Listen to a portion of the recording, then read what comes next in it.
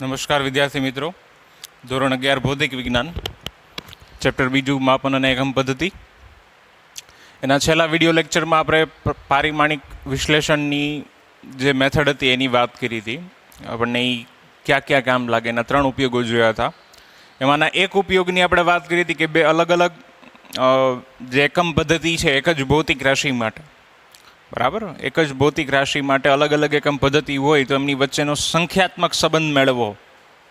એમાં આપણે બળ માટે વાત કરી હતી. બળ અને બળનો એસઆઈ એકમ અથવા તો એમકેએસ એકમ કહીએ તો ન્યૂટન છે, અને સીજીએસ એકમની વાત કરીએ તો ડાઇન છે. બે વચ્ચેનો સંખ્યાત્મક સંબંધ મેળવો તો 10⁵, બરાબર. 1 ન્યૂટન બરાબર 10⁵ ડાઇન એવું કીધું હતું. અને બીજું તમને જૂલ અને અર્ગ માટે વાત કરી હતી, બરાબર, જે તમે લોકોએ ગણી લીધેલું હોય છે, બરાબર, જેમાં 10�7 જવાબ આવતો હતો. આગળ આજે એનો બીજો ઉપયોગ જોઈએ, પરિમાણની સુસંગતતાનો નિયમ. બરાબર, પારિમાણિક સુસંગતતા એટલે શું, તો એની વાત કરી હતી આપણે કે ભાઈ તમે બે એક જ ભૌતિક રાશિ હોય ને તો જ સરવાળો કરી શકો. અલગ અલગ ભૌતિક રાશિના સરવાળા કે બાદબાકી ન થાય, બરાબર. એક જ ભૌતિક રાશિ છે તો એના પારિમાણિક સૂત્રો સરખા હોવાના છે, બરાબર. એની વાત કરી હતી કે ભાઈ તમે દળ અને લંબાઈનો સરવાળો કરો તો એ શક્ય નથી. આ અર્થ વગરની વાત થઈ. આ લંબાઈ અને દળનો સરવાળો છે, બરાબર, એવું થઈ જ ન શકે. તો એને જ આપણે પરિમાણની સુસંગતતાનો નિયમ કહીશું. જો ભૌતિક રાશિઓના પરિમાણ સરખા હોય, સમાન હોય તો જ તમે એનો સરવાળો કે બાદબાકી કરી શકો. આ નિયમને પરિમાણની સુસંગતતાનો નિયમ કહેવાય, બરાબર. એટલે કે અલગ અલગ ભૌતિક રાશિના તમે સરવાળા બાદબાકી ન કરી શકો. ગુણાકાર ભાગાકાર થાય. આપણે જે સાધિત ભૌતિક રાશિ છે ગુણાકાર ભાગાકાર દ્વારા જ મેળવીએ છીએ, પણ સરવાળા બાદબાકી ન થાય, બરાબર. આનો ઉપયોગ આપણે ક્યાં કરી શકીએ તો કે કોઈ સમીકરણની યથાર્થતા ચકાસવા માટે કરી શકીએ. એટલે એ આપણને એના માટે ઉપયોગમાં આવે છે, બરાબર. આ નિયમનો ઉપયોગ સમીકરણની યથાર્થતા ચકાસવા માટે થાય છે. તો એના માટે કરવાનું શું, તો કે સમીકરણની પારિમાણિક દ્રષ્ટિએ યથાર્થતા ચકાસવી છે તો એના માટે સમીકરણની બંને બાજુએ આપેલી બધી જ પદાવલી, એટલે કે જેટલા પણ પદ આપ્યા હોય બરાબરની ડાબી તરફ અને જમણી તરફ જેટલા પણ પદ આપેલા હોય બધાય પદના પારિમાણિક સૂત્રો સમાન થવા જોઈએ, બરાબર. જો આવું થાય તો જ આપણે એવું કહી શકીએ કે ભાઈ આપેલું જે ભૌતિક સમીકરણ છે એ સાચું છે. સાચું છે એટલે વાસ્તવમાં સાચું એવું જરૂરી નથી, એ સાચું હોઈ શકે, બરાબર. એમાં થોડુંક ફેરફાર કરીને આપણે એને સાચું બનાવી શકીએ. પણ જો એવું નથી થતું, જો સરખા નથી મળતા, બરાબરની બંને તરફના જે બધા પદો આપેલા છે, જે બધી ટર્મ આપેલી છે એના પારિમાણિક સૂત્રો સરખા નથી થતા, તો એ ખોટું જ હોય, બરાબર. અન્યથા એ ખોટું હોય. એટલે જો સરખા નથી બે બાજુ તો ખોટું છે, પણ સમાન હોય, બરાબર, તો એ યથાર્થ છે એવું કહેવાય. પારિમાણિક દ્રષ્ટિએ યથાર્થ છે એવું કહેવાય, પણ એ સાચું જ હોય એવું જરૂરી નથી. જો આગળ કીધું છે કે ભાઈ પારિમાણિક સુસંગત કોઈ પણ સમીકરણ સાચું છે એવી બાંહેધરી નથી આપતું, બરાબર. એમ કહેતું નથી કે ભાઈ ના જો આવું થાય ને એટલે એ સાચું જ હોય, એમાં કાંઈ ભૂલ ન હોય, એવી વાત નથી કરતું. પણ હા એટલું કે જો એવું નથી થતું તો એ ખોટું જ છે. બીજું કે ભાઈ અમુક વખતે સમીકરણમાં પરિમાણ રહિત અચળાંક આવે, બરાબર. ચરઘાતાંકીય સૂત્રો આપેલા હોય, ત્રિકોણમિતીય સૂત્રો આપ્યા હોય, સાઇન થીટા કોસ થીટાના લોગવાળા હોય, લઘુકોણિકીય વિધેય હોય, તો એના માટે આપણે આની વિશે કોઈ ચોક્કસ વાત કરી શકીએ નહીં. એટલે એના માટે એ કેવું છે, અનિશ્ચિત છે. અમુક સમીકરણમાં અચળાંક છે, બરાબર, એ પરિમાણ રહિત હોય. દાખલા તરીકે ટી આવર્તકાળ માટેનું સૂત્ર જોઈએ તો એ આવું આવે. આમાં જે અચળાંકની વાત કરીએ તો એને આપણે 2π કહીએ છીએ, અને 2πની માહિતી ન આપ્યા, બરાબર. બીજું ચરઘાતાંકીય. ચરઘાતાંકીય એટલે કે વિભંજન માટે આપણે કંઈક આવું સમીકરણ તારવશું, તો આ ચરઘાતાંકીય થયું, બરાબર. ત્રિકોણમિતીય વિધેય એટલે સાઇન થીટા કોસ થીટા ઉપર ડિપેન્ડ કરતા હોય એવા સૂત્રો હોય, લોગવાળા હોય, બરાબર. આને તમે લોગમાં કન્વર્ટ કરી શકો. આવા વિધેયો માટે કેવું છે, એ અનિશ્ચિત છે. એના માટે એ સાચું જ છે કે ખોટું છે એની કોઈ વાત કરી શકતું નથી. એટલે મૂળ યથાર્થતા ચકાસવી એટલે શું, તો કે બરાબરની એક તરફના પદો છે એ બધાયના પરિમાણ સરખા હોવા જોઈએ ને એટલા જ પરિમાણ બધા બરાબરની સામે તરફના હોવા જોઈએ. આપણે એક ઉદાહરણ દ્વારા સમજીએ. આપણને આગળ એવું કીધું છે કે પારિમાણિક વિશ્લેષણની દ્રષ્ટિએ ભૌતિક સમીકરણની સુસંગતતા ચકાસવી. એના માટે એક સમીકરણ આપ્યું છે. ધારો કે આપણને એક ભૌતિક સમીકરણ આપ્યું છે x બરાબર x0 plus v0t plus 1/2 at². બરાબર, આ ત્રીજા ચેપ્ટરનું એક સમીકરણ છે, આપણને આપ્યું છે. અહીંયા બધી ટર્મ જે આપી છે એક્સ x0 શું છે એની ડિટેલમાં આપ્યું છે કે ભાઈ એક્સ શું છે. અહીંયા એક્સ જે હોય તો કે કોઈ ટી સમયે વેગ કે કાપેલું અંતર કેટલું છે એની માહિતી આપે છે. અહીંયા એક્સ અંતર છે ક્યારનું તો કે ટી સમયમાં કાપેલું અંતર છે, એટલે ટી તો સમય થઈ ગયો. x0 શું છે તો કે એને પ્રારંભિક સ્થાન કહેવાય, શરૂઆતનું સ્થાન કહેવાય.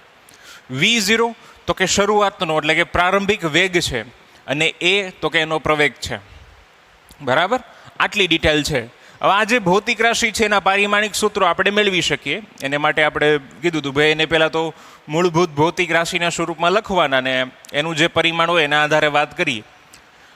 એક્સ અંતર છે, આપણે બ્રેકેટમાં લખી નાખીએ પહેલાં x x0 v0t plus 1/2 at². હવે એક્સ અંતર છે તો એનું પરિમાણ થાય L1 m0 L1 t0 એવી રીતે પણ લખી શકાય, અને ખાલી L1 લખો તોય ચાલે. x0 પણ શું છે તો કે પ્રારંભિક સ્થાન છે, એટલે કે કોઈ સંદર્ભ બિંદુથી એનું અંતર થયું, તો એના માટે અંતર માટે પણ આપણે L1 જ લઈએ છીએ. v0 વેગ છે ને વેગનું પારિમાણિક સૂત્ર થાય L1t-1. આગળ m0 લખો હોય તો હજી લખી શકો બરાબર તમે, એટલે L1t-1. બાજુમાં સમય છે તો ગુણાકારમાં t1 પ્લસ 1/2 અચળાંક છે ને અચળાંકને પરિમાણ ન હોય, અનાથ હોય, એનું કોઈ માય બાપ ન હોય. પ્રવેગની વાત કરીએ તો પ્રવેગ છે એના માટે પારિમાણિક સૂત્ર થાય L1t-2, અને t² સમય કેપિટલ T નો વર્ગ લખી શકાય. જોઈએ લેફ્ટ હેન્ડ સાઈડ જોઈએ તો L1 તો એમને રહેવાનું છે, રાઈટ હેન્ડ સાઈડમાં પહેલું ટર્મ L1 છે. સેકન્ડ ટર્મમાં જો તો L1 t-1 પ્લસ 1 0 થઈ ગયા, હું નથી લખતો એને એટલે સીધું L1 થયું. થર્ડ ટર્મ જો તો L1 t-2 t+2 એટલે ફરીથી પાછું +2 -2 છે તો એ ટીની 0 ઘાત આપશે, એટલે હું લખતો નથી. તો તમે જુઓ તો ડાબી બાજુનું પારિમાણિક સૂત્ર આપણને મળ્યું L1, અને જમણી બાજુના દરેક પદમાં કેટલા આવ્યા L1 L1 L1. અહીં થયું શું તો કે ડાબી બાજુના પરિમાણ બરાબર જમણી બાજુના દરેક પદના પરિમાણ. આ બાજુનું એકનું પરિમાણ છે એટલું જ જમણી બાજુના દરેક પદના પરિમાણ છે. તો આપણે એવું કહી શકીએ કે ભાઈ આપેલું સમીકરણ છે એ પારિમાણિક દ્રષ્ટિએ સાચું છે, પારિમાણિક દ્રષ્ટિએ યથાર્થ છે. બરાબર, પણ હમણાં અગાઉ વાત કરી આપણે એવું જ કહી શકીએ કે ભાઈ પારિમાણિક દ્રષ્ટિએ સાચું છે. એ સર્વથા એટલે કે દરેક વખતે આ સમીકરણ છે વાસ્તવિક રીતે સાચું હોય એવું બને નહીં, એ નો પણ હોય. જે સમીકરણ પારિમાણિક દ્રષ્ટિએ સાચું થયું, યથાર્થતા તમે ચકાસી એવું મળ્યું તમને, તો એ વાસ્તવમાં સાચું છે એવું ન હોય. પણ જો ઇનકેસ અહીંયા બધા પદના સરખા ન મેળવ્યો તો આપણે એમ જ કહેત, એટલે કે સત્યતાની ચકાસણીમાં એ સફળ ન થાય. એટલે ડાબી બાજુના પરિમાણ બરાબર જમણી બાજુના દરેક પદના પરિમાણ ન મેળવ્યો તો એ સફળ ન થયું ગણાય, તો એ તો ખોટું જ થવાનું છે. એટલે આપણને એટલી માહિતી આપે ખોટું છે કે નહીં. અને બીજી તો કે પારિમાણિક દ્રષ્ટિએ સાચું છે એવી માહિતી આપે, વાસ્તવમાં સાચું છે એની કોઈ પણ ડિટેલમાં માહિતી આપતું નથી. આવું જ એક ઉદાહરણ આપ્યું છે, ઉદાહરણ 15. આપણને ગતિ ઉર્જા અને સ્થિતિ ઉર્જાના સૂત્રોની વાત કરી છે. આપણને એવું કીધું છે એક સમીકરણ આપ્યું છે, તમને કીધું છે 1/2 mv² બરાબર mgh. આ ગતિ ઉર્જાનું સૂત્ર છે, આ સ્થિતિ ઉર્જાનું સૂત્ર છે. આપણને એવું પૂછ્યું છે કે ભાઈ આ પારિમાણિક દ્રષ્ટિએ યથાર્થ છે કે નહીં. એમાં આવતી દરેક પદની માહિતી આપી છે. એમ એટલે દળ છે, વી એટલે વેગ છે, એમ તો દળ આપણે આવી ગયું, જી ગુરુત્વ પ્રવેગ, એચ એટલે એની ઊંચાઈ. તો પાછી એ જ મેથડ કરવાની, પેલા બ્રેકેટમાં મૂકી દેવાનો 1/2 mv², બ્રેકેટમાં મૂક્યા વિચ ઇઝ ઇક્વલ્સ ટુ બ્રેકેટમાં mgh. પાછું 1/2 આવ્યું, 1/2 આવ્યું તો એને કંઈ પરિમાણ હોય નહીં, અચળાંકને પરિમાણ હોતા નથી, અનાથ હોય. દળ માટે m1 છે.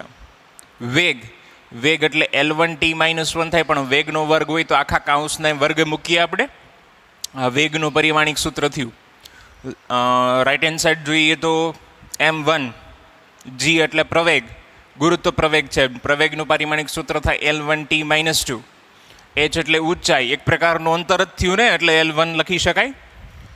ઓકે, તો આ બાજુના બધા પદ સાથે લખીએ. m1 1 × 2 2 એટલે L2 થઈ જાય, -1 × 2 એટલે -2 થઈ જાય, એટલે આપણને લેફ્ટ હેન્ડ સાઈડ મેળવ્યું m1 L2 t - 2, એટલે કે ગતિ ઉર્જાનું પારિમાણિક સૂત્ર આપણને મેળવ્યું 1/2 m²નું, which is equals to right hand side જોઈએ તો m1 L1 ને L1 એટલે 1 + 1 2 થઈ ગયા, બરાબર. એટલે m1 L2 અને t - 2 તો છે જ.